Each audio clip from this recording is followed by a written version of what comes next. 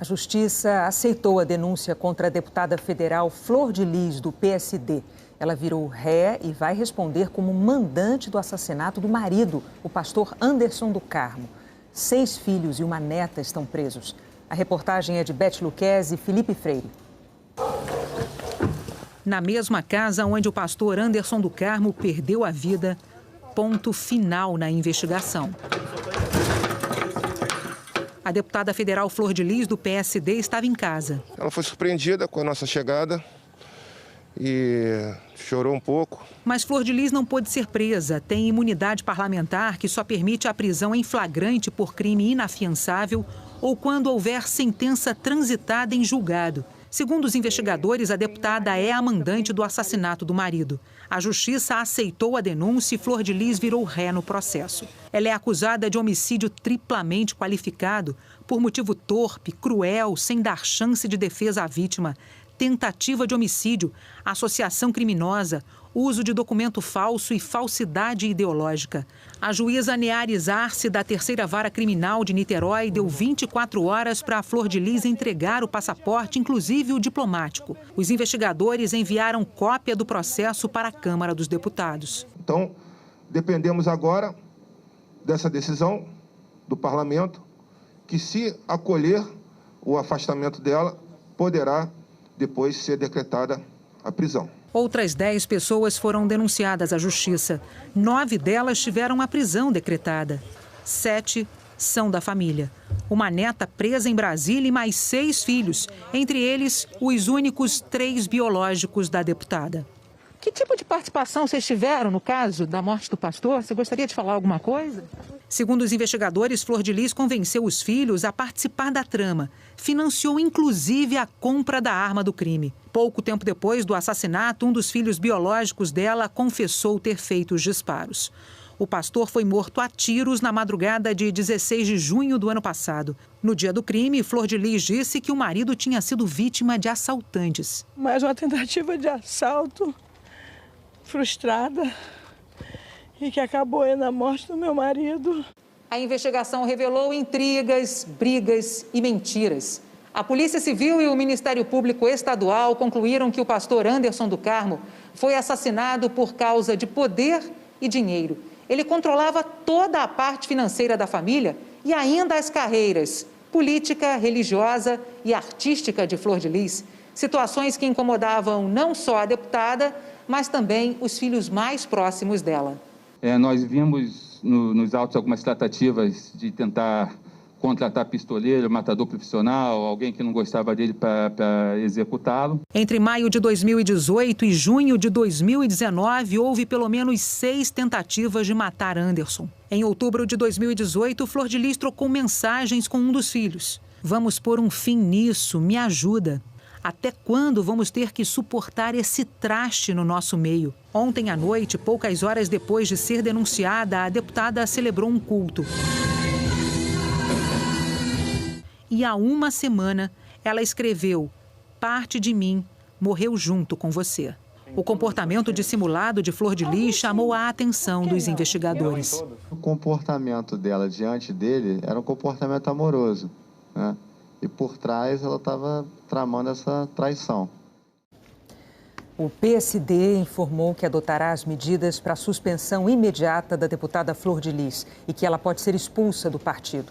A defesa da família de Flor de Lis disse que foi surpreendida com as prisões e que ainda vai tomar conhecimento do processo. Segundo os advogados, está havendo um grande equívoco no desfecho da investigação. A família da deputada foi por muito tempo considerada um modelo de amor, de solidariedade. Mas os depoimentos mostram uma realidade muito diferente disso. Quantos filhos cabem num coração de mãe? Por muito tempo, Flor de Lis dava a impressão de querer testar esse limite. Se eu tivesse que fazer tudo de novo, eu faria porque valeu a pena. Há cerca de 30 anos, Flor de Lis acolheu 5 adolescentes na própria casa. Eles eram Anderson, Carlos, André, Misael e Cristiana. A pastora já tinha 3 filhos biológicos de um primeiro casamento, Simone, Flávio e Adriano. Anderson do Carmo foi namorado de Simone, Mas em 1998, ele se casou com a mãe dela, 16 anos mais velha que ele. Depois chegou o Daniel. Esse grupo, chamado de primeira geração, sempre teve um tratamento privilegiado diante das outras 47 crianças adotadas ao longo do tempo. Vem comigo conhecer a minha casa, a minha família. Olhando por dentro, a casa é o retrato da família dividida. No primeiro andar, as áreas comuns, onde os filhos adotivos comiam arroz, macarrão, salsicha e no café da manhã pão sem manteiga. Eles dormiam em quartos coletivos no terceiro andar. Entre esses dois pavimentos, a área de acesso restrito. Além do quarto de Flor de Lis e Anderson, o segundo andar tinha uma geladeira e uma despensa separadas, garantindo alimentação diferente e privilégios para uma parte dos filhos. Quando a Casa de Conto de Fadas virou cenário de história policial, a imagem de uma família exemplar desmoronou. Por trás das imagens comoventes, havia uma teia de mágoas e ressentimentos, revelada no depoimento dos filhos adotivos. Roberta, Flor de Lis não tinha com ela um tratamento de amor de mãe e filha. Daiane, entre os filhos adotivos, a sensação que tem é que foram e estão sendo usados por Flor de Lis e Anderson. Com o controle total do dinheiro, Anderson passou a ser combatido por parte da família. Meses antes de morrer, ele foi parar no hospital. O inquérito revelou que integrantes da própria família estavam tentando envenená-lo.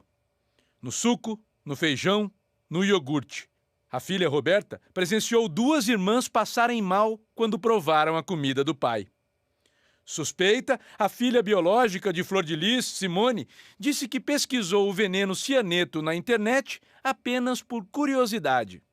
Mas, para a polícia, o irmão Luan contou que ouviu Simone dizendo: "Anderson é ruim de morrer".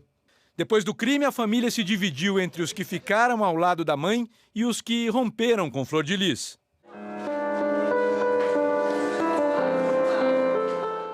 Esse menino ao piano é Daniel, tratado a vida inteira como sendo o único filho biológico do casal. O Daniel tem o meu DNA físico e os que eu gerei no meu coração tem o DNA da minha alma. O amor é igual, é o mesmo. Hoje, um homem de 21 anos que disse à polícia que já no velório não se convenceu com o choro da mãe. Mal sabia ele que até a palavra mãe poderia ser falsa. Só recentemente, a polícia descobriu que Daniel não era filho do casal e foi adotado de maneira fraudulenta logo depois de nascer. A mãe de 55 crianças, que agora responde ao processo, é uma Flor de Lis bem diferente da imagem pública que ela cultivava.